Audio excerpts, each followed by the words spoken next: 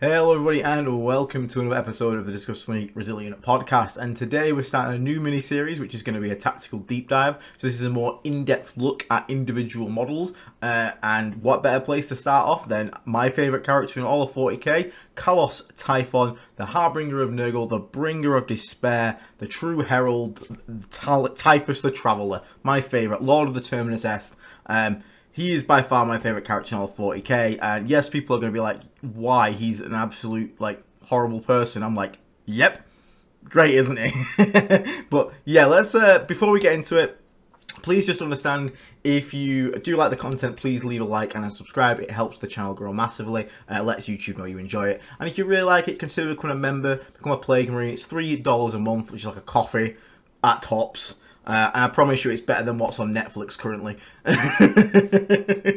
I'm only messing, but if you do want to, you get access to our Discord. We've got a giveaway going on at the moment for a full brand new Kill Team starter set, so you can get involved in that, so you can win yourself that with all the new Plague Marines, etc. But I don't want to rag on, you know the deal. Let's get straight into it. So, what we're going to be talking about today. So, when we deep dive, we're going to be looking at Typhus's, first off, what is Typhus? His profile and his abilities. So we're going to look at his stat line, what he brings to the table, and any abilities that he has on his datasheet. Then we're going to be taking a look at Typhus' role as a leader, because he's obviously a leader character, which means he can be attached to units. And we're going to look at what options he has, and where maybe we think is best to put Typhus, when it is best to put him in a certain unit, and maybe when it's best not to. And obviously we'll rate the units that he can attach to there. Then, we're going to look at some Poxwalker tech that Typhus can do. So we're going to have an on-table display of some of the shenanigans that Typhus can get up to, because he has a rule called the Eater Plague, as we'll get onto shortly, which is very powerful and can be used very jankily with Poxwalkers to do some very nonsense stuff, shall we say. But then we're also going to talk about how to maximize his impact in the game, get the most out of our Typhus, and then the current meta impact of Typhus, whether he's actually took a lot, whether he's not taken. Anyone that's half queued up on Death Guard in the competitive scene obviously knows the answer to this one. He's really good. But again, you might be brand new to the game, you might be obviously, new to Death Guard, so we're going to act as if we're talking to everyone that's new, and if you do already know it, well, good for you, you're a smart pants. So, let's have a look at the man himself. So, Typhus himself. So, he is a movement 5, which is actually important, because all our other Terminators are movement 4, and for some reason, Typhus is movement 5. This can be important off things like rapid ingress, because if you have to start 9 inches away from your opponent, and then you get to move before you charge, Typhus can actually put you to a 4-inch charge, whereas the Deathshroud will put you to a 5-inch charge. Now, don't get me wrong, it's not the most difference in the world, but every little helps, and that little pip of movement there can really help. And if all our Terminators move 5, we'd be literally gaining 25% speed on every single unit, so it's actually kind of a big deal. Now, he shares the average, the standard Terminator stat line for Death Guard, toughness 6, 2+ save, and down here we've got a 4+ invulnerable save. So, he is solidly decent. He's solidly tough. He's also rocking 6 wounds, which is quite a nice amount. It means that if you're against a 2 damage character and you're in a duel with them, they're going to have to on average get at least 6 wounds onto you, because then you'll fail obviously 3 of your invulns, and then 2 damage, 4 damage, 6 damage. Whereas some characters can have 4 wounds, like Canonesses for Sisters, so they can fall over in 2. And obviously we have access to -1 damage, which then makes that need to get 6 wounds through, which is quite important, whereas maybe captains to have 5 wounds, etc. His leadership 6, which is normally not an important thing, but as we'll talk about later, leadership on Typhus actually is kind of important. And he is OC1, so he's standard leadership, standard OC for a character, all that stuff.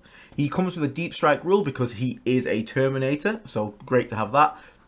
And obviously has our faction rule. Now, he's rocking the Mastercrafted Man Reaper with 2 modes of firing, so you can either give it a strike or a sweep. Both of these profiles are rocking lethal hits, so any 6 on the hit roll will automatically wound your target, which is quite nice. He has 5 attacks with a strike. Now, one thing people forget is Typhus is strength 9. The Mastercrafted adds 1 to both the strength and the damage of this Mastercrafted Man Reaper, whereas the standard stat line for a Man Reaper is 8 -2, 2. Typhus comes in at a whopping 9 -2 and 3. Now, flat damage 3 is a big deal, because as we just talked about then, if you run into 5 or 6 wound characters, you need on average 2 damage melee weapons like Power Fist, 3 wounds to get through to kill him. Typhus will do it in 2. And also, a lot of elite models in the game are 3 wounds. We're thinking Inner Circle Companions, Sanguinary Guard, our own Deathshroud Terminators, Chaos Terminators, all that kind of stuff, 8 bound. A lot of free wound profiles. So having damage 3 means every single attack that gets through a defensive save is going to fully pop one of those elite units. Unless, of course, they have like a minus damage or a feel no pain. But again, nothing you can do about that. So that's quite impressive stat line. And it's got lethal hits. Strength 9 is important because it means if you're in transports, which is usually toughness 9, they'll be down to 8 because you're near them with Nurgle's Gift. It means you wound them on 3s, and it also means any toughness 10, which is the main battle tanks, come down to toughness 9, which then you wound them on 4s, which is it's a nice profile, a nice bracket to be at. So strength 9 is kind of what I wish all the Man Reapers were, but hey, I'll take it on Typhus. Now the sweep, you're not going to use too much, apart from a specific scenario I'll get to later, but it does double your attacks. So you get 10 attacks, weapon skill 2, all weapon skill 2, that strength 6, AP 1 and damage 1. Now, one thing to remember, if you're playing Plague Company, you can add a -1 save contagion and then have a stratagem for extra AP. So realistically, this could potentially be AP 4/5 if you get 6s to hit to wound on an infected objective marker. And the sweep can quite easily get to AP 3. So having 10 strength 6 AP 3 damage 1 sweeps is incredibly good actually in certain matchups like Sisters of Battle, who are power armor stat lines, or like Eldar Aspect Warriors, who are power armor stat lines, just with lower toughness. But only 1 wound, so in that case the sweep actually becomes very good, and it's also great for clearing up chaff like guardsmen, gaunts, all that kind of stuff. So having it there is a nice profile to have. You probably find yourself using strike most of the times, but when you do get into those weaker units, the sweep, and again we'll talk about when we come to Poxwalkers later, the sweep also has potential more for the Poxwalker shenanigans that you can do. So it's a really good melee profile, hitting on 2s, wounding pretty much every infantry in the game on 2s with the slam, part of the toughest boys, and even the sweep wounds marines on 2s technically. So if they have a -1 damage on a squad, go with the 10 sweeps. You're hitting on 2s, wounded on 2s, and you can easily get to AP 2/3 with that. So the doubling the attacks will probably do more for you than the extra pip of AP that the strike would have. But it's a really good stat line, so very impressed on Typhus. Unfortunately, you'll roll 1s to hit every time like I do, unfortunately. Now, Typhus has 2 abilities. The first up is the Destroyer Hive, which is, while this model is leading a unit, and for those who don't know, the Destroyer Hive is a host of demonic flies that live inside Typhus's body, and basically come out, you can his model there, little vents on his top, out of his weird like horn vents.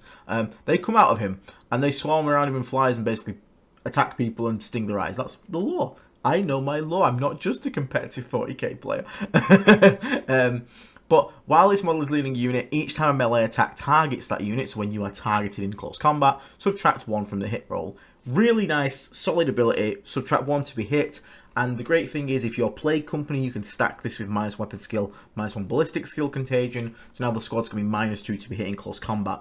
The reason this works, because again I'm going to talk as if you knew, is because hit roll modifiers and wound roll modifiers are capped at a maximum 1 on either end, so +1, -1.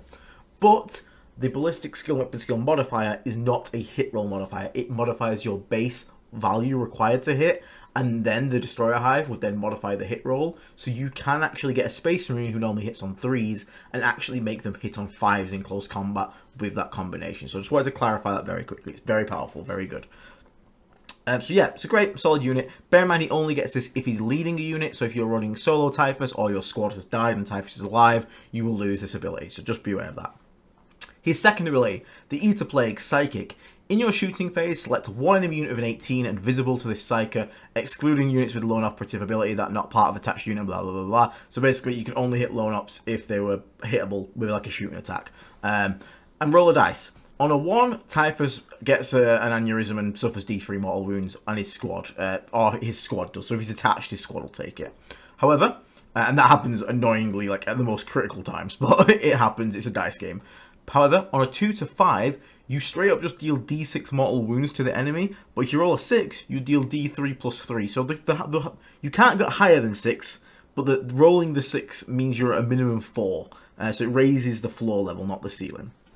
It's an incredible ability. Mortal wounds are some of those just consistent ways to get damage out there. It works on tanks, it works on on monsters, it works on infantry, it works on everything. You just point your finger at someone, roll a 2 up and do D6 mortal wounds to them. It's super powerful. And an interesting thing is when you do this, because it is not a shooting attack, it's a psychic ability, you can still do things like action. So Typhus can like deep strike in. Maybe you've got deploy teleport homers or establish locus as it's called now. You drop into your enemy's deployment zone, you start establish locus, and you're still eligible to do this ability. So you're still eligible to go, I'm going to come in, score some secondary points, and oh, that tank there, D6 mortal wounds. It's really good, and especially when you roll the 6 when you need it, like being able to chunk a main battle tank half of its wounds with no saves allowed of any kind is crazy, because you combine this with things like 3 grenades from the Biologist Putrefier, and then you get tank shocks, and you can play in the new detachment, the Flyblown Host. They have their weird little stank shock, as we're calling it, which does mortal wounds on the charge. So there's quite a bit of mortal wound access in Death Guard, and it's just a really solid ability. Really good for killing those annoying little people that run out as like solo characters if you manage to get in lone up range. It's just a really great ability to have, and again, as we'll see later, there is a rule on the Poxwalker datasheet that makes it even better when he's attached to Poxwalkers. But overall, Typhus' profile himself, super impressive. And one thing to remember, 80 points. 80 points! What are they thinking? This guy is insane for 80 points. Don't nerf him, please. But he is so good. Like, he is in every goddamn list. So if we talk about meta impact, Typhus should be almost instant lock in every list, because he's just so cheap for what he brings to the table. Great melee profile, great abilities, 2 great abilities actually, and just a relatively tough character that can come down, be a pest, or join a squad and lead them quite effectively. So Typhus is a baller. So we're going to look at some expected output on him. So on the screen now, you're going to see some numbers, and I'm going to explain what they are. So on average, if Typhus gets into a squad of MEQ. Now, MEQ, for people who are new, stands for a Marine equivalent. So a Marine style body. So a toughness 4, 3 up armor save, 2 wound model. Doesn't matter what it is, it's a Marine equivalent. So Typhus can expect, on average, to kill 2.4 MEQs. This is with no strats, no contagion bonuses, nothing like that. He's just going to average kill them. However, if you bring the -1 save contagion, or, you know, you could potentially spend the AP instead, this will kill 3 on average, so you're going to kill at least 3 Marines there. And obviously this can escalate further and further, so you then take the contagion plus the strat, you're going to kill like 4 to 5, and it, potentially, you know, if you get every hit, but you are likely to still drop 1 hit and 1 wound, or at least one of the other at some point, because between 10 dice rolls you should average 1-1. But just, this is here so you understand that when Typhus goes into a squad, what the kind of things he can kill. But this is still great. If you manage to sneak him in a backline, you charge some Marines that are on the home field, like, you know, maybe they left like 5 intercessors there, you can average figure, okay, right, it's going to take me about 2 turns to get through this. Maybe I could use the mortal wounds to kill 2. If I get lucky, then I can, on average, with the contagion, know I'm going to charge and kill the remaining 3. So, pretty cool. Now, a TEQ is a Terminator equivalent. So this is a model with a 2-up armor save and a 4+ invulnerable. So Typhus, on average, will kill 1.8. So you're more than average going to kill 2 Terminators. But you have to understand, like, again, 4-up invulns can be a bit flaky. So it really depends. But on average, you can look to a roundabout estimate you're killing 2 Terminators, which is quite nice to have. Because, again, you should hit and wound with about 4 of them. And they should have a 4-up invulnerable, which then obviously average says you fail half, so you can roughly estimate Typhus kills on average about 2 Terminators a swing, which for himself just as a character is really nice, because imagine that's quite a lot of points. Terminators are not the cheapest thing, so anytime you change to this or Sanguinary Guard of the same stat line, you can expect him to kill that many guys. Now into Guardsmen, so these are toughness 3, 5-up save models. With the strike, you can average kill about 3.61. But here, if we use the sweep, we on average kill about 6 guardsmen. So this is one of the instances where the sweep is by far just better. And if you go with the contagion, you kill an extra guardsman on average as well. So you're going to kill, because again, that takes them from a 6-up save to no save. The strike is already taking them to no save. Just be aware, that's why there's not a with contagion for that one. But it's pretty good to know that Typhus, on average, can go into 10 guardsmen and almost wipe the squad solo. So it means if you brought any help at all, even just Poxwalkers who are terrible output, chances are they'll be able to wipe the squad, which is obviously quite nice. So this is definitely a time when you want to be using the sweep profile rather than the strike profile. And last but not least, we've got like a main battle tank example. So this is toughness 10 and a 3-up save vehicle. So this is like Predators, you know, Castigators. On average, you can expect only about 3 damage. You are swinging with lethal hits. You are obviously potentially it really depends how many 6s you get to hit. But needing the force rune afterwards and then potentially having a save, because again, you're only going to be AP2, so they have a 5-up save, you're probably only going to sneak 1 through. However, if you bring the contagion with a -1 save, or you pop the stratagem, this instantly doubles to doing about 6 wounds on average, because you, on average, should sneak an additional 1 in there. But again, against vehicles, you're relying on quite a bit on the lethal hit roll, because if you roll 3 6s to hit, then the maths instantly flips over, and now suddenly you're doing about a 9 on average with a contagion. So just be aware of that, but just understand, if you took Typhus at his base level and ran him into a tank on his own, you're going to average about 3 damage, 6 if you brought the -1 save contagion, which isn't awful. Like, being able to half health a tank solo is pretty damn good, so just be aware of that. Now, these are just some quick maths. You can find more on like Unit Crunch or things like that to do all the maths yourselves. But this is just a quick idea of sort of what you can expect Typhus to bring to in terms of killing power in melee. And I hope you find it kind of useful. I'm not the most in-depth maths guy. General Janice does a channel, a Deathguard channel, brilliant at maths, does a full breakdown, all the graphs, all the numbers you want. Check him out. But for me, this is just a quick overview to give you guys a little quick look into the potential output of Typhus. So let's talk about the Eater Plague. So we've already talked a bit about mortal output combos. So you can use the mortal output, the D6 mortal wounds, combined with like a grenade from Biological Putrefier, followed up by a tank shock, or even a stank shock if you're playing the new detachment, as we call it. And you can potentially do quite a lot of mortal wounds. And this is one of the greatest ways to get around units that can traditionally be quite tough. I've had games where Typhus has come down, I rolled the 6, I got quite lucky. I've done 6 mortal wounds to a Land Raider, then I've grenaded it. Another 3 mortal wounds there, so I've done 9 mortal wounds. This thing's down to 7 before a single gun has been shot. And then you follow up with like a Rhino, which can potentially on average tank shot for 3. So now you're up to what you've... like, God, you can kill this thing. You can do a lot of damage with this. One important thing, however, with Typhus is try and always set it up so that you have multiple targets to do his smite with. Because when you're doing it, you need to think about what else is shooting where. So if Typhus has, let's say Typhus has line of sight and you really need to kill this Land Raider, again we'll use Land Raider example, but I've also got 3 Predators that are lined up to shoot this Land Raider and they don't have any other targets, but Typhus is in a position where actually Typhus can hit the Land Raider and something else. That's when you really need to think about sequencing, because we're going to have our Predator shoot first because that's their only viable target, because for all you know, I had a game at an event, at the event I won recently actually, where a single Predator killed a Caladius Grav tank from full to dead. It can happen, the dice are wild, and if I had have set Typhus up for that, and in that game I did actually set up 2 Predators with that as the only target, and I basically wasted the second Predator's turn entirely. Should it have realistically happened? No, but it can. So making sure you set up multiple targets and thinking about sequencing, because if the Predators kill Land Raider and you smited it, then you kind of might have not needed to smite it anyway, which means you've potentially lost damage that could have gone into that secondary squad. So whenever I'm deploying Typhus, especially if I'm running solo, I'm always trying to give myself at least 2 options. At least 2. Potentially more if possible, but I want my main target that definitely needs to die, which will probably be shot by other things as well. And then if that does die to the other things, I'll make sure Typhus is a backup way to just throw some mortal wounds into something. You always want to make sure this ability is getting value every turn. The only difference in this is if we flip it round, say that Land Raider is there. Now, say that Land Raider has a stratagem for Armour of Contempt, and it also has a stratagem for like a Feel No Pain, something like that. Now, when you do the mortal wounds to the Land Raider, because it's not an attack, he can't use any stratagems like Armour of Contempt or like reactive stratagems, because it says when your unit is targeted by a shooting attack. It is not a shooting attack. It is a psychic ability, which means you can deal the mortal wounds to it. Now, if you combine, and I've had this before, and it was actually this game, I've had the mortal wounds go off, and then I've grenaded something, and I've took about 75% of this tank's wounds off.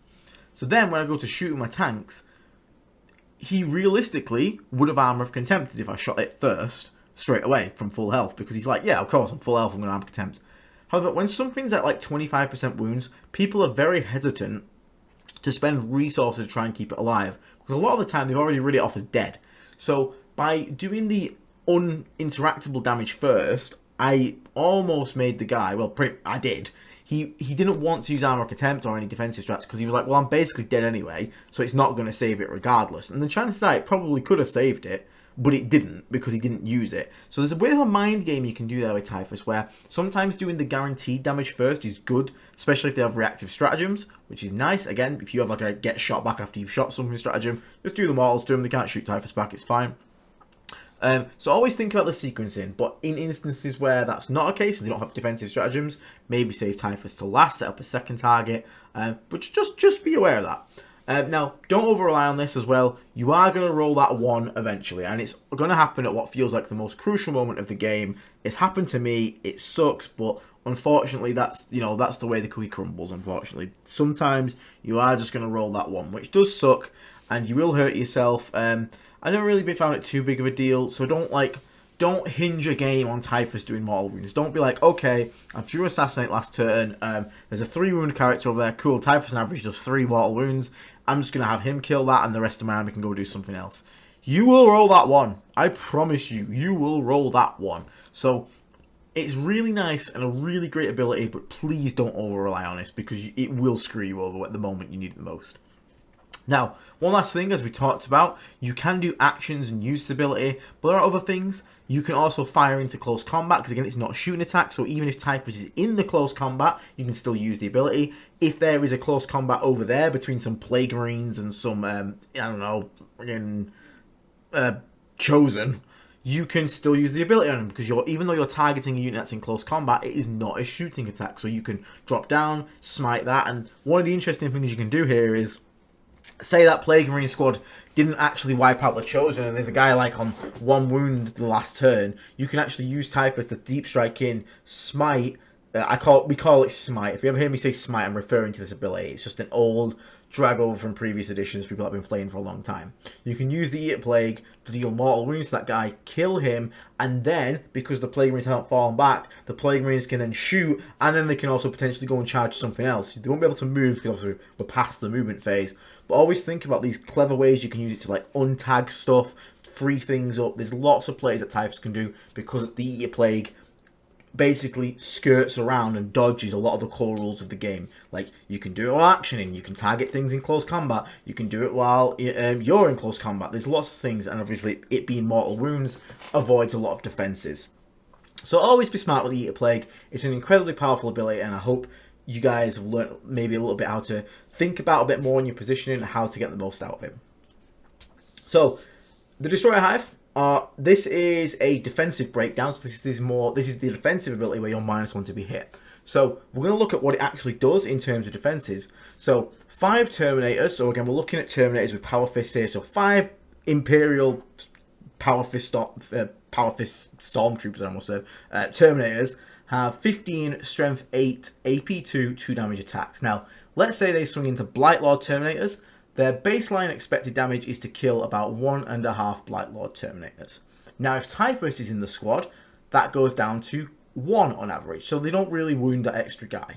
However, if you have Typhus plus the weapon skill Ballistic Skill Contagion, they don't even average kill 1. They do about 2 damage to a guy.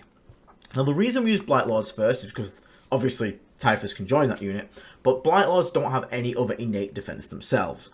So, let's have a look now at 5 Terminators into Deathshroud. Deathshroud are naturally -1 to be wounded when they're being led. So we look at the maths. Baseline is the same as Blightlords. 1 model is average killed. However, there's no average spillover damage from here. However, as soon as Typhus joins, this unit is now expected to not even kill a single model. They're expected to wound a guy down to 1 wound, and that's about it. And if you bring Typhus and the Contagion, it's not even odds on that they deal a single point of damage to you. They on average it'll come down to 1 save on a 50-50. So be aware of this, because again, they're going to hit on 5s, so they hit 5 times, they then wounded you on 4s, which is about 3, and then you basically have a 50-50 save on each one. So you still, you got a chance to obviously lose a guy, but the actual maths on it with Typhus in the squad is extremely low. It's just not great. And the Terminators are looking like they have a rough time. They get an average 2.5 wounds. That can spike high, but if it spikes low, that means they get, 2 saves on you. You should on average pass one of those 4-ups. 1 guy doesn't even die. And again, you could obviously pass both. So extremely powerful, and it's the stacking debuffs and the stacking defensives, as you can see here, that are making this unit a lot stronger. And the real interesting one is actually when you look at Poxwalkers. 5 Terminators into Poxwalkers, baseline kills about 7.41, so about 7.5 Poxwalkers, so 7 to 8 Poxwalkers because only 1 wound. So, however, the second Typhus joins, that instantly drops 2 models on average, which is really, really nice. Be able to keep 2 more alive can really throw people's maths off in the head.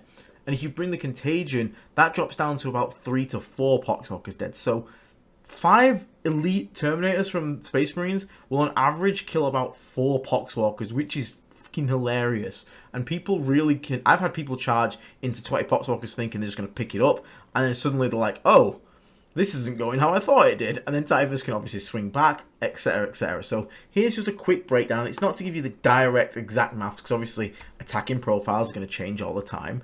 But it's just to show you the effect that Typhus can have joining a squad, and how that then gets amplified even further if you take the Contagion for minus weapon skill and ballistic skill. Because it is a very nice and a very powerful combination. So, attaching to units. Typhus can be attached to 3 different units. Blightlord Terminators, Deathshroud Terminators, and Poxwalkers. He's quite unique in his ability to lead Poxwalkers, no one else can, and be aware it is also a very valid option right now to not have to lead a single unit and rocking solo Typhus. But one important thing, as we mentioned before, is he is a 5-inch move in all these units that move 4 inches. So just remember what we said before about rapid ingress, it's quite an important thing. So in Deathshroud, these guys are your real combat brawlers. With Typhus attached, they become -1 to hit and wound, which is incredibly powerful. Wound obviously being if the strength is higher than the toughness, but that's fine. It's really, really good in close combat, and they make a very nasty opponent. Now, Typhus brings his own output, however, he doesn't improve the output of this squad at all. So he brings his own weapon damage at flat 3, which is really nice in these 5 attacks, but he doesn't actually improve the output of the squad. So the Deathshroud are still hitting, output-wise, just a standard level. But that's fine, because he brings the -1 to hit and makes them into that really good brawling unit. Now, he does basically give them a built-in Nurgling aura. Nurglings have an aura of -1 to be hit for like anything that's not a vehicle or a monster in close combat. So people will often put Nurglings nearby their squads of Deathshroud to make this effect basically be on them. This technically could mean that Typhus is replaceable, but one thing to make note of mentally is that Typhus works against monsters and vehicles, whereas the Nurglings don't, which can be important in certain matchups. And obviously, they can just shoot and kill the Nurglings, or the Nurglings have to be in the right position, which can be quite hard because they can't go through buildings. Whereas Typhus is part of the squad, so it's always going to be on. And do be aware, rolling 1s in this one can really hurt on Typhus's Eater Plague, because those D3 mortal wounds are going to go onto a very valuable Deathshroud. So it's not exactly ideal, and especially if you roll the 3 on the damage, you just straight kill a model, which is not what you want to be doing with your elite bodyguard. Now that doesn't mean you shouldn't use the ability, you still should use it, but just be aware if it's negligible, like if you're out to do some mortal wounds that you're going to kill, so say there's a tank you're out to charge, it's the only thing you can see, and it's got 4 wounds or something, don't do the mortal wounds to it, because you're going to charge it and kill it anyway. Don't risk rolling the 1 unnecessarily. So again, you want to get a different target really, so you want to be using it, but don't roll it for the sake of it if it doesn't matter. So just be aware of that. Overall though, Deathshroud are an amazing unit for him to join. He really increases that durability, makes them proper close combat brawlers that other elites really don't want to tackle with. Okay. Apologies, shouting for 30 minutes straight hurts. Blightlord Terminators. These guys are very cheap. They're cheap stat lines, however, they offer no real synergy with Typhus. He does bring much needed melee threat to the unit, however the Blightlord's rule is reroll 1s to wound when shooting at the closest target. Typhus does not shoot, he gains nothing from this ability. In the other squad, he at least gains the -1 to be wounded while he's part of the squad, so if someone tries to precision you out, there might still -1 to hit and wound Typhus, which is nice. Here, the Blightlords literally give nothing to Typhus. Blightlords hit like wet noodles as well in close combat, so having Typhus in the squad with his flat damage 3 and his good AP is a nice, much needed bonus to their threat. However, you could probably replace it with a lot of Contagion much easily. Now, once again, he has the built-in Nurgling. Is that technically replaceable? So-so, but it doesn't stack as well in this squad because you don't have the -1 to wound on top of it. It's still very nice and makes him quite durable, but this is probably the worst choice to put him with because, again, he gains no benefit from being in them, and he just is trying to plaster their weakness, and he doesn't even do a great job of that because Lord of Contagion, who's the same points, does it a much better job of it. And he gets no benefit even from their rule. Blightlords just kind of suck, if anyone hasn't noticed. But they are very, very cheap. And you can take them in squad to 10, Deathshroud are capped at 6. So they can become very durable if you want them to. Now, this can make a semi-durable action unit. That's like kind of like the benefit, really. But the problem is, your -1 to be hit is really only in close combat, which means if you are in close combat, you're not going to be doing actions anyway, and this squad doesn't really have the damage output to punch yourself out of close combat, so you're going to be stuck there for a while anyway, and you can't action if you're in close combat. So it's an odd, and it doesn't really make much sense to put Typhus in a squad of Blightlords other than if you think they look cool, so this is definitely, in my opinion, the worst choice. So Poxwalkers, these guys come in units of 10 to 20. They're a great tar pit, possibly. Tar pit is when basically you have lots of cheap rubbish models tagging you in close combat, stopping you moving, stopping you doing what you want to do because they're just stuck on you like glue. Now, the one interesting thing with Typhus is that Poxwalker rule states that any model that is killed by Poxwalkers, they resurrect a model. Cool. However, this also has an extension on the rule that says any weapons, any models dealt with Typhus's psychic attack, and they kill models like infantry. So if you do 5 mortal wounds to a guardsman squad and kill 5 guys, you get 5 zombies added to the squad. Caveat, this can't go over the maximum squad size, so if you started at 20, you can't go to 25, you'd have had to have lost some guys first.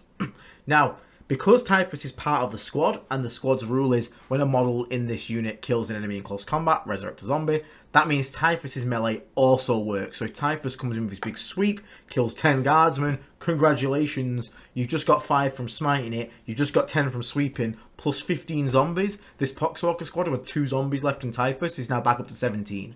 It's kind of nuts when it goes off hard. So just be aware of that. As we also looked at before, the -1 to hit in close combat is actually really nice for these guys because it can really throw people's maths off. What they would assume is an easy kill of Poxwalkers because they're just 5 up feel, no pain, T4, no save. Now suddenly can spike dice. You just spike low on your 4-ups to hit, or because most Marines hit on 3s, or maybe, even worse at that, you hit on 4s and you hit on 5s now. And now suddenly the Poxwalkers are alive, and this is the kind of unit where if it lives and Typhus is in the squad, Typhus then swings back, kills like 5 dudes, and now there's 5 more zombies, and they bite you, and then the zombies maybe pull one guy down, there's another zombie, and then the next turn, Typhus then smites you, kills another 3 guys, 3 more zombies, and then finishes off the rest of the squad, and cool, you did nothing and the zombies are back at full strength. So it can be a real problematic unit for opponents to deal with, and I love it. I think these guys are great. Now, one negative of this, however, is that you lose Deep Strike. So in this instance, you're going to lose the Deep Strike rule because the Poxwalkers don't have Deep Strike. So you can't Deep Strike a unit of Poxwalkers. You can put them into reserves with Typhus, but they will have to walk on from a board edge, which is obviously quite a bit of sacrifice of mobility. But I really enjoy Typhus and Poxwalkers. It's not something you use every game, but quite recently I've been bringing 20 Poxwalkers, bringing Typhus, and then if I in a matchup where it matters, like guard with lots of infantry, or like, nids with lots of gaunts, I'm like, hell yeah, he's going in that squad. You join that squad, you regenerate all day. So, and if I'm against something like Imperial Knights, where there's nothing to kill in close combat to resurrect models, Typhus, you're going on your own or joining the Deathshroud, and the Poxwalkers are going on their own. So, just be aware, it's not a must-join Poxwalkers when you take them, it's a can-join Poxwalkers, but when it works, oh boy does it work, and it's also just incredibly fun. Zombie Horde, super fun. And then the last option we have, obviously, is running solo. So, he's 80 points, he's cheap. He can easily kill anything that's a skirmisher or a backline unit. If Typhus gets a charge into some infiltrators or scout marines, bye, they're dead. You can also kill, people put in 5 1-wound models like rangers on the home field. Cool, now you just smite them. You kill, maybe you roll a 6 on it and you kill 4 out of the 5 at minimum. On average, you kill the entire squad. Not many things can deal with Typhus in the backline. And again, that's kind of intimidating because he's a single 50mm base, which is quite hard to screen out your entire deployment, especially on the wide deployment. So it's quite easy for someone to make a single mistake, and now Typhus sneaks in. You can even rapid ingress him if he's got a really good spot. So again, you can get onto someone's home objective. There's nothing that can shoot and kill him. You just sneak in. The opponent's like, oh god, what have I done? And now they've lost the home objective to Typhus. So pretty cool. Going solo also means you can use actions without sacrificing activation, so you don't really want Typhus and a squad of 6 Deathshroud doing an action, because you want to be using that squad to like get into combat, kill things. But when Typhus is solo, because you can still do your mortal wounds, and he's only an 80-point single character, he doesn't feel as bad, because you can drop in, do an action, do some mortals, and you're not sacrificing an entire 300-point unit of Deathshroud to do that. He's doing it solo. So it's really nice for that. I often run him on like a single beast of Nurgle in Deep Strike, just as like my drop-in do actions where I want them kind of things, and it's really good for scoring secondaries.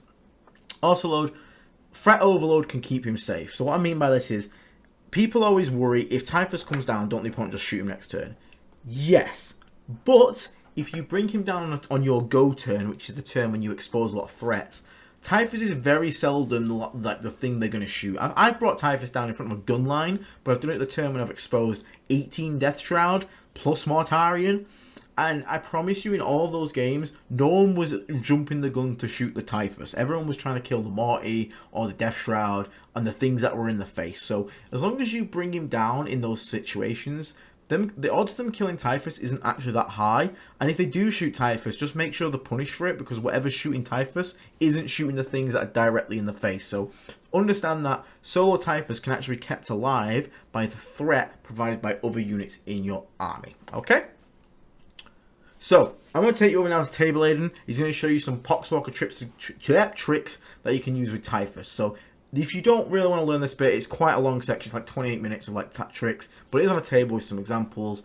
This is probably going to be, you'll just probably come back to me for the summary at the end now, but I hope table Aiden can help teach you something. If you're already happy with what you've learned, feel free to click off, but if you want to learn some extra advanced, what I would call bullshit that you can do with Typhus, then stick around. Hey guys, how are we doing? Welcome to another sort of like late live tabletop example, and today we're going to look at basically doing some tricks that you can use with Typhus, some advanced sort of like tricks and techniques. Some of them are more simple than others, but if you haven't used him too much, this is all really about the Eater Plague and the effect you can do with Poxwalkers and sort of the janky stuff you can do when it comes to returning slain models to units. So in this first example, what we're going to do is we're going to look at this interaction here between Typhus and these Thunderkin over here. So let's say you have lost like 3 Poxwalkers or so. Let's say they're dead from, like, these guys came in and killed like, I can't know, kill like 6, whatever. So they killed quite a few Poxwalkers. So you're like, okay, cool, I'll go charge there. Now, people will be like, okay, sweet, so we're going to just do what we normally do. We're going to move 5 forward. And we're currently looking at a 10 away, so a 9-inch charge, which obviously isn't great. So everyone else is going to move 4 up. So we're just going to move more up roughly. I'm not going to spend ages. Moving on up here this way. Okay, so we're all moving 4 up. So a real simple one here is that obviously you can use Typhus' ability to return slain models to a unit. Now, this is one that won't surprise anyone. Well, let's say, for example, you can obviously use Typhus' ability on the Thunderkin here. But, for example, let's say you had some little dudes you could potentially see over here within 18. Now, you might actually think, okay, I need these to die, but realistically, I kind of want models back, because a 9-inch charge, and I can kill them in melee. Typhus is pretty good at killing 3 guys with 3 wounds in melee, and they won't get a save against him, pretty much, if you took the contagion anyway. So what instead I'm going to do, I'm going to use these mortal wounds on these dudes over here. So let's see what we get. So it goes off on a 2 up, it does go off, goes for 2 mortal wounds. So I'm going to kill 2 guys. Now, people sometimes will just be like, okay, cool, 2 guys back, and put them anywhere. Remember, you can put them anywhere within coherency. So what that actually means is you can come out 2 inches in front of your main guy, put them right on the tippy edge of that, like that. And because I've got 2 back, they're all within 2 inches of another model because they've made themselves a little triangle. And in doing so, what we've actually done is we've gained ourselves about 3 inches of distance, because we've got the 2 inches coherency and then the inch roughly at the Poxwalker base is. So now this charge actually has gone from a 9 to like a 5, 6, which is obviously much more reliable. So then we go obviously make our charge and a 5, which, as I said, then is a 5 or a 6, but I'm just going to reroll for the sake of it. So we get a 9, which ironically would have made the original, but still, we use our Eater Plague to make our charges easier. Cool. So obviously then we go in 9. So now another thing people might straight away be thinking is, cool, right, okay, we just go 9, 9, he comes in till 9, everyone else just comes into 9, like so. And we'll put every single Poxwalker over here. So now this charge actually has gone from a 9 to a 5, which is obviously much more reliable. So then we go obviously make our charge and a 5, which, as I said, then is a 5 or a 6, but we'll just, I'm just going to reroll for the sake of it. So we get a 9, which ironically would have made the original, but still, obviously then we go in 9. So now another thing people might straight away be thinking is, cool, right, okay, we just go 9, 9, he comes in till 9, like so. And we'll put every single Poxwalker over here. One thing I want you guys to remember and try and think about is Poxwalkers very, very rarely are the reason you kill something. I'm fairly confident in Typhus' ability over here to kill these guys dead. So instead, what I'm going to do is because again, I can't base-to-base these models, so they can finish anywhere so long as it's close to the target. Kirby, what are you doing? Sorry, dog attack. So what I'm going to do is I'm going to move 9 there, 9 here, 9 here, 9 here potentially. And bear in mind, I have to go close. So at this moment, I can't go over here to these guys because that would be putting me further away than I started. So I can't be doing that. What I can do, actually, is come like this, like this, like this, like this, and string myself back towards an objective. And the reason I'm doing this, as we'll see in a second, I want to make sure I'm within 3 inches of the objective. I don't need the Poxwalkers to kill these guys over here. Typhus is the killing one. So let's just quickly get some dice out. Let's get Typhus swinging. Let's see what dice. There we go. So we've got some dice here. So Typhus is going to swing at these guys here. So of course I roll that many 1s and 2s. Of course. Command point. There you go. Sweet. So these 3 die because of course I roll a bunch of 1s. Would obviously still get some Poxwalker attacks. Now what I can actually do is bring these guys back to like here. So technically I could have strung this out even more here. And now because I'm within 3 inches of an objective, once I finish fighting, I actually can make a consolidate move. Now, reality is I still have some boys on here anyway, so I'm still holding this objective. So I wouldn't recommend doing this if it's going to like fully take you off an objective. But it does mean that, like for example, let's say these guys weren't here at all, you could now, even though you were over here with the charge, because you strung back, you are still eligible, because again, you use the resurrected models to get yourself even closer to it, you're still eligible to consolidate back on to this objective. And what's even smarter is, as long as you come in at a diagonal, you could actually use this to get some horizontal distance. And in a slow army like Death Guard, every inch matters. So what I'm actually going to start doing over here is just diagonaling stuff this way. So even though I'm still fulfilling the condition, I'm getting close to an objective, and I'll do this, I am still getting some 3 movement out of this. So what I've actually done is, what would normally have just had my unit over here in a big blood bunch, and then they couldn't consolidate because nothing's around them, so Typhus would have been stuck like here. I've actually strung back to the objective, so not only have I got guys back onto the objective to hold it, so actually in this scenario, people think, oh, they can't charge me because they can't, if you have to leave the objective. But if you just string back like this and use your resurrected models to put yourself in consolidation range, you can actually kill a unit over there and use the resurrected models plus consolidation to actually restore your units back onto the objective. Not only that, then we've got some free movement that way to sort of continue the pressure into our opponent. So it's small little gains like that that are going to incrementally add up over the game. And for a slow army like this, that 3-inch move is basically another movement phase for Poxwalkers because they move 4. So imagine like next turn, I'd have been here with this Poxwalker. But instead, next turn, now I'm going to be here. So realistically, when you think about it, I've actually changed this charge from they're 11 away, so that would have been a 10-inch charge because I would have had a 4-inch move and I've already consolidated 3. So the reality of what's going to be a near 5-6-inch charge because I'm going to move the 4 closer, so it's going to be like a 6-inch charge there. So little tricks like that are really going to help you gain the most out of this ability. Now, there is more things you can do with this. So once again, let's reset and let's have a look at another ability. And again, it's all to do with these resurrecting models. So again, let's have 5 dudes over here. Now let's say we really need to do something about this Hecaton Landforge. Now, in this example, it's not the greatest because the Hecaton, Votan have fall back and shoot. But let's pretend the Hecaton is like a tank commander. So it can't fall back and shoot. That's one of the biggest weaknesses of tank commanders, they can't do that. So, once again, we're going to have this here tank here. So this tank is quite far away. Let's say we've already moved and we are at 14 inches away. So there's no realistic way we're going to be able to get to that Hecaton. Now what I'm actually going to do very quickly just for the guys, because you obviously watch it, I'm just going to move my guys a little bit closer here. Just so everything sort of move closer. Just so we can see. So you're thinking, okay, right, so I move 4 forward to there. The Hecaton is, like I said, like it's an 11-inch charge. That is an extremely risky charge to take there. But over here, we've got a, what? We've got a 10 at the moment. So let's do some, let's kill some Poxwalkers, because again, no one really gets across the board with full Poxwalkers, and this is all about making the most out of regenerating Poxwalkers. So let's do our mortal wounds on these guys over here. So cool goes to 3, 4. Now, always be careful, because obviously they would just pull the 4 here and make it way harder to do. So let's say in this instance, we're not actually going to do that. We're going to hopefully rely on some close combat to get it in. So let's say we managed to walk a little bit closer. So again, we're looking at a 7-inch charge there, but if we were to try and go the Hecaton, it's 13, 14 away. Not a chance that's happening. So in this instance, don't actually fire your mortals over here, because they're going to make it harder to charge, because they'll kill the front models, and then you've got to charge the back guy, which is even further away. So in this instance, I'm actually going to put the 4 mortal wounds on the Hecaton. Whatever, sure, cool thing. Or something else, like another squad, whatever you could do. If there's any infantry you can get that isn't the charge target, feel free, because then once again, like the last example, you can go boop, 2 at the front there, way easier charge. But let's say in this example, we don't even get that.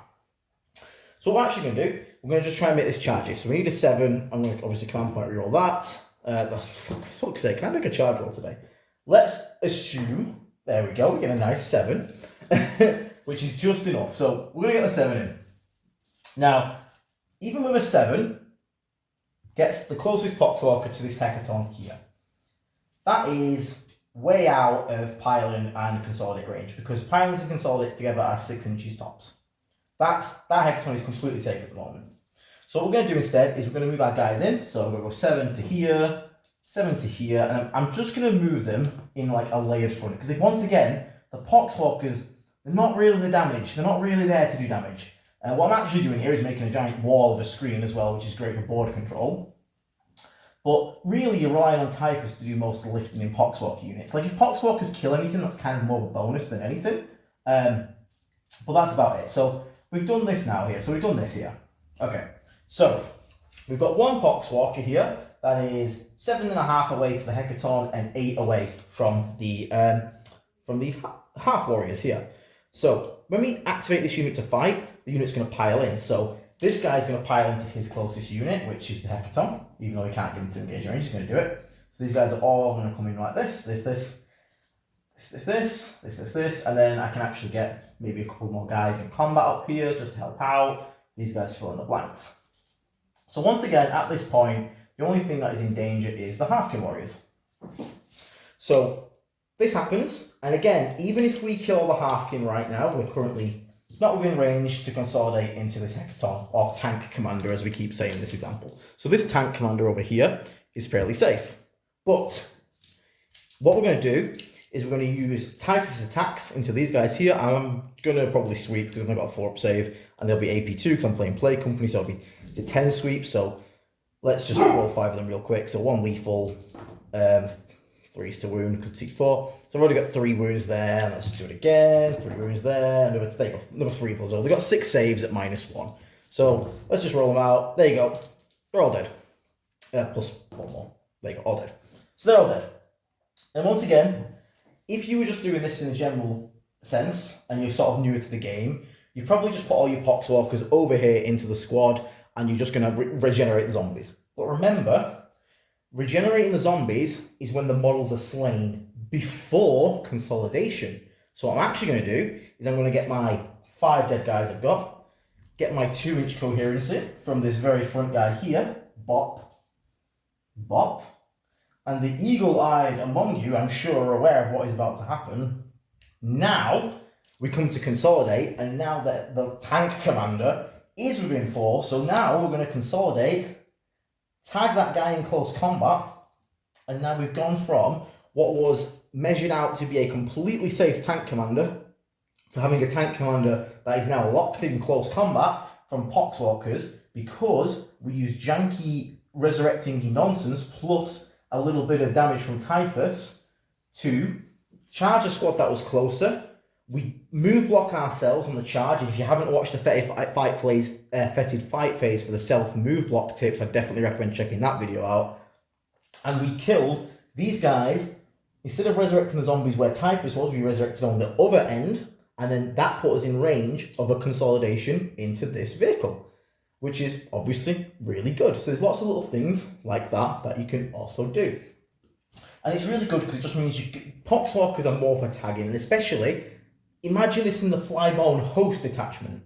So let's make this ridiculous now. Let's run it back, and we're going to talk about the Flybone host detachment. Because the Flybone host, I'll be honest, I don't think it's that great, but there is one absolute diamond in that detachment, and it is the 6-inch piling and consolidate stratagem. That thing is genuinely good. So once again, let's have our scenario. The enemy unit is here. Like they've sort of like strung out here. Like that. They've strung out. This is our charge here. Let's say there's some dudes down here, whatever. Okay, so we're going to try and do almost everything we can do here. Okay? So we're going to try and take the objective, tag the Thunderkin, which is just off screen slightly. Also, apologies, very hard to get a good setup. Let me just move that a little bit for you. There you go. Tag this tank commander and kill all these. So again, let's obviously assume that we've lost some guys on the way in. Lost like 4 or 5 guys. Okay. In fact, let's say we've actually lost quite a bit. Let's lose like that. Okay, so we're coming in.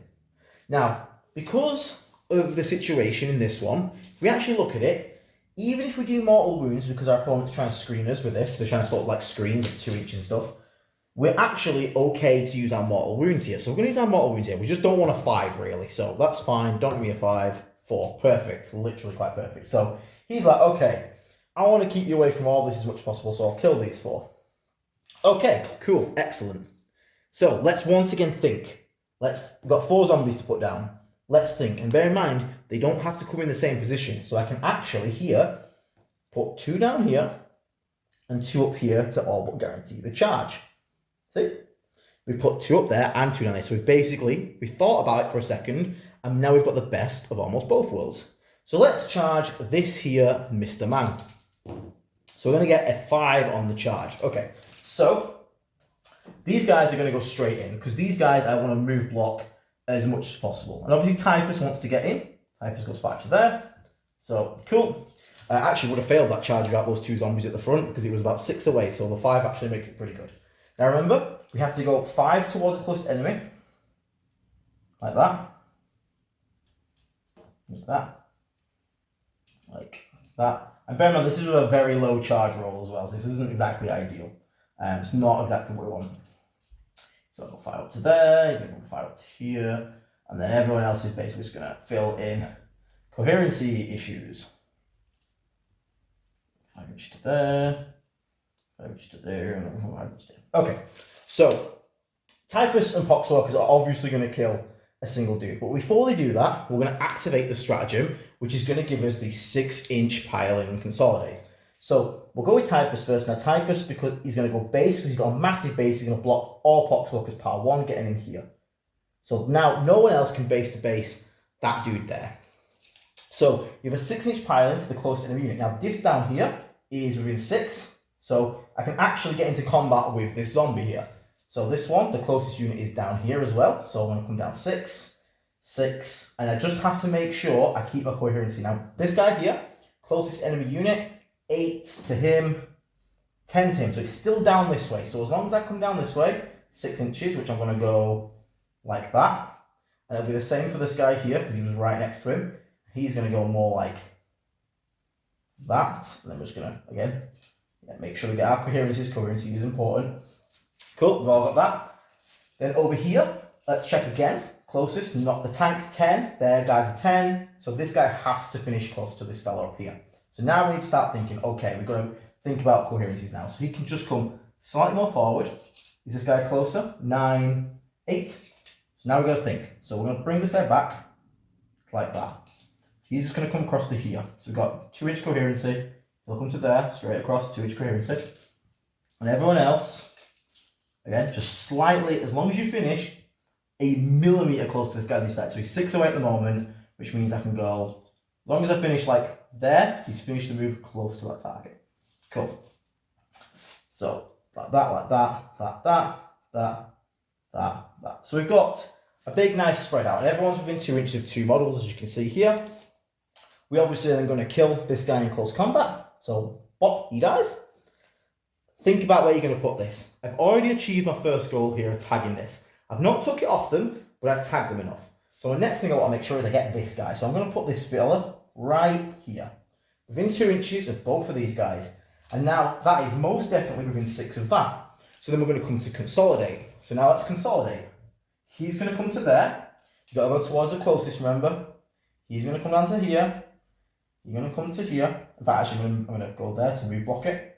Let's come here. And everyone else just needs to basically work on maintaining coherency, because none of the rest of them can base. So he's going to come to here. He's going to come down to here. He's going to come to here. Come down to here. There. There. So you might just scooch him up a little bit. 2, 2, 2, 2, 2, 2, 2. Everything's fine on 2. 6 inches down here. 6 inches down here. 6 inches down here. 6 inches down here. 6 inches down from the big man himself. 6 inches down here. 6 inches down. 6 inches down.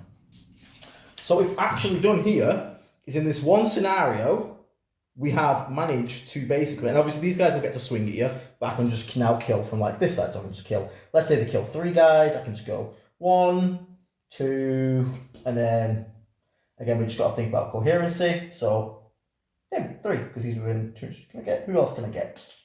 Oh, this is the important thing. Think about coherency here. So 1, 2. So you're within 2 of 2, you're within 2 of 2, and 2 of 2, 2, 2, 2, 2. We need someone that's within 2 of 3, really. 2, 2, 2, him. Him, because then you're within 2 of 2, you're within 2 of 2, you're within 2 of 2. Perfect. So it was that guy.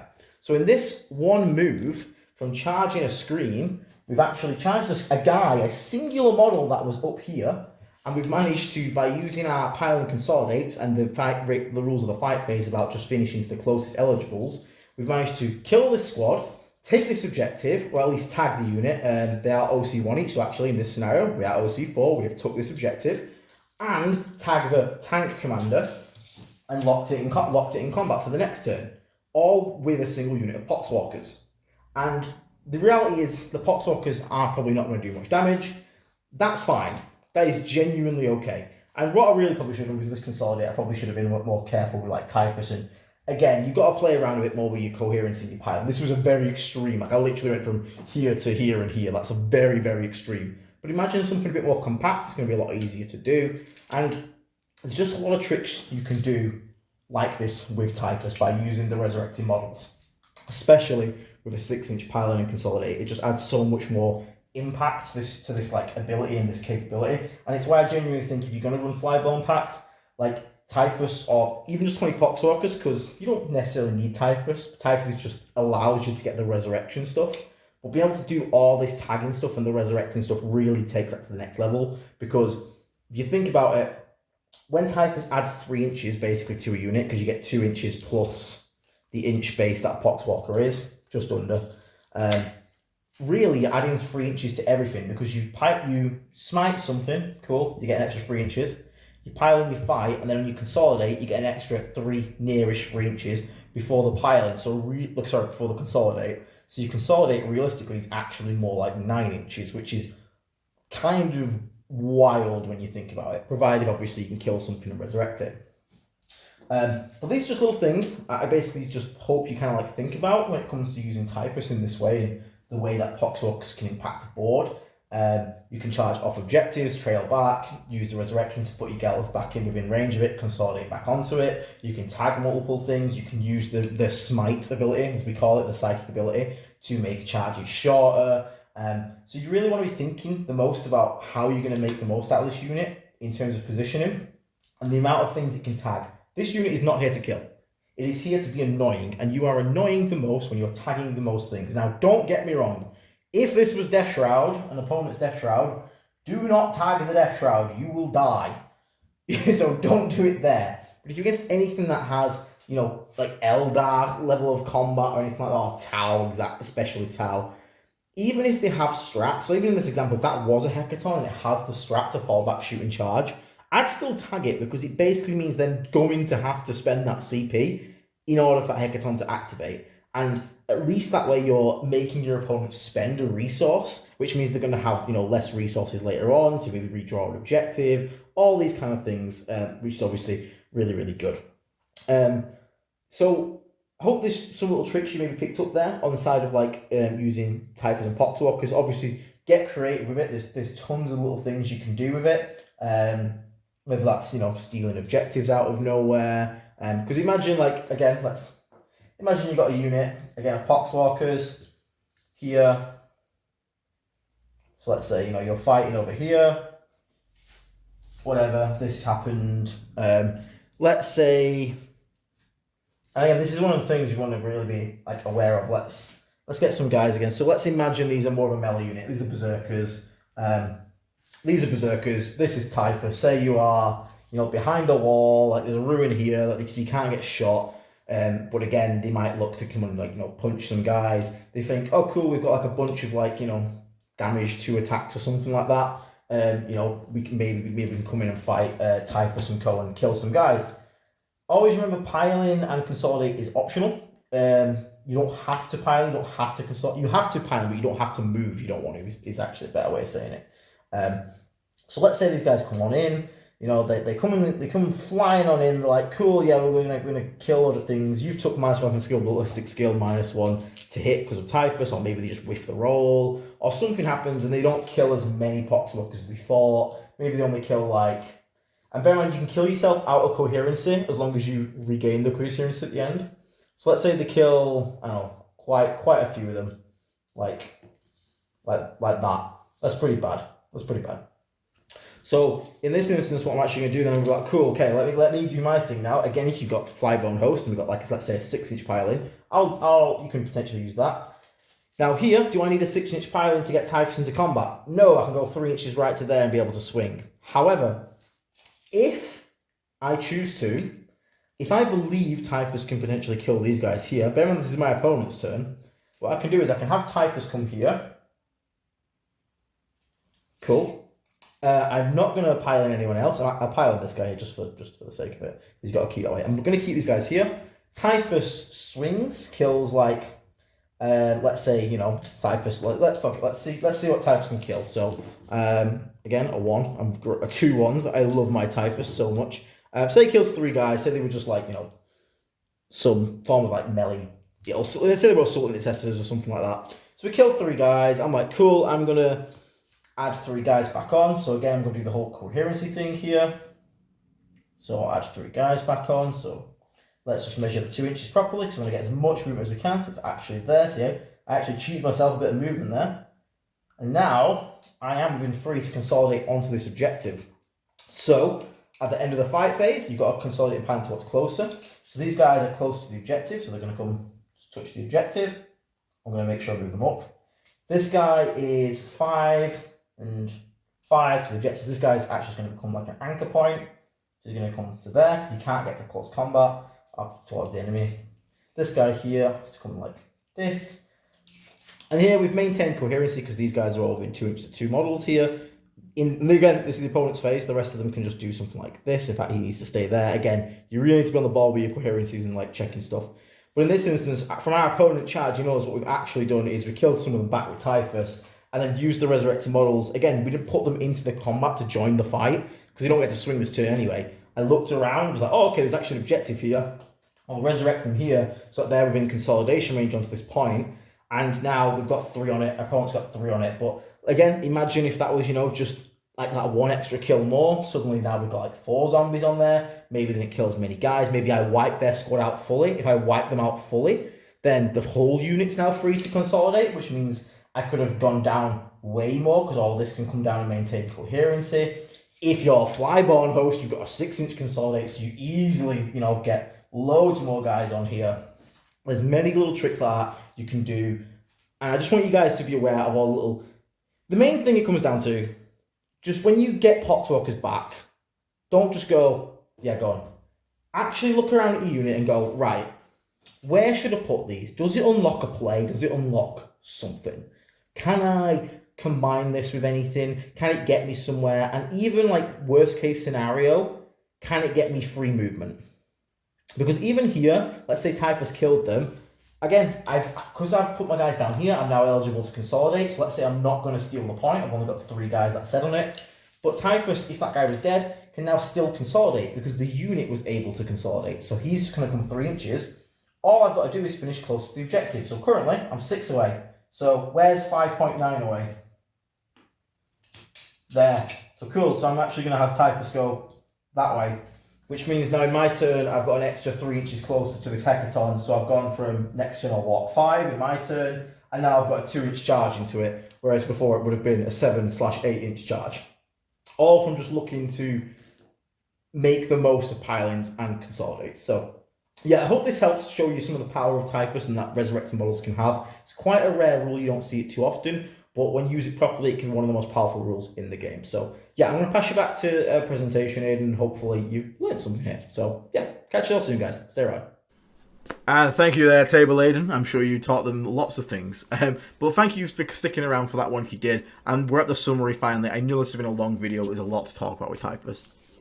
Overall, Typhus is an absolute steal for 80 points. He brings tons of utility pre-game and in-game. You get the choices pre-game to decide where you want him to be. Is the Poxwalker tech going to do really well? You know, can you regenerate a lot of guys? Cool. As you can see in the game, I played a game against Mordy and Gloria on Glasshammer Gaming recently. Streamed game. It's on Mordian's channel, actually. You can go watch that and see the effect Typhus can have, which is great.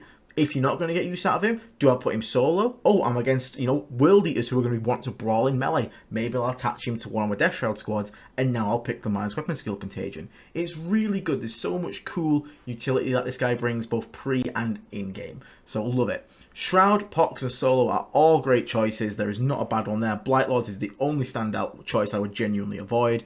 Going with Deathshroud makes an incredibly durable, nice melee brawling unit for those matchups. Going with Poxwalkers can be such a pain in the ass for certain matchups to deal with. And going solo is at worst case scenario going to score you secondaries, going to get your mortals where you want them. And best case scenario, oopsie, my opponent made a mistake, I've got your home objective.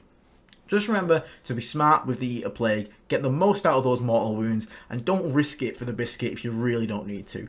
But the main thing for this is always look for opportunity, especially if you look at some of the tricks with the Poxwalker nonsense we just had. Always look for moments of opportunity to make the most out of Typhus. Whether that's a solo rapid ingress into an opponent's backline, whether that's absolute nonsense moving 18 inches with Poxwalker nonsense, or whether that's just going, okay, my opponent has a big scary brawling unit of 10 Terminators with Thunderhammer Storm Shield.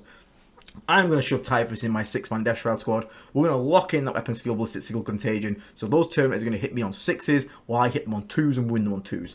Let's brawl. It's all about looking at the matchup and understanding how to best make the use out of Typhus. But yeah, overall, keep playing with Typhus, keep experimenting, and don't lock yourself into one playstyle. Typhus is super flexible, and that's one of his greatest strengths.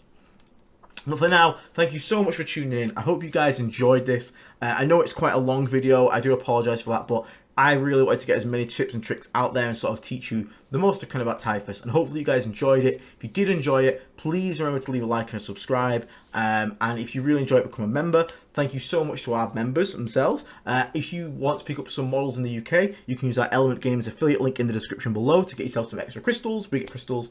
Check out your friends at Vanguard Tactics. I am their Death Guard coach. I also play for Vanguard Tactics. Those guys do loads of coaching, loads of helping to learn Warhammer. All about sportsmanship as well, which is fantastic. And they have amazing battle reports. And Death Guard Dave literally just played on their channel as well. So if you want to support us, go check out that battle report of Death Guard Dave versus Stephen Box. And last but not least, if you want to pick up some extra accessories for our guys, you can check out our merch store, which is drpstore.com. Or you can check out our friends at Saltire Games who make some extra perspex, like measuring tools and stuff branded by us. But overall, thank you so much for tuning in, everybody. I'll catch you all in the next episode. Stay rotten, take care, and we'll see you all soon. Bye-bye.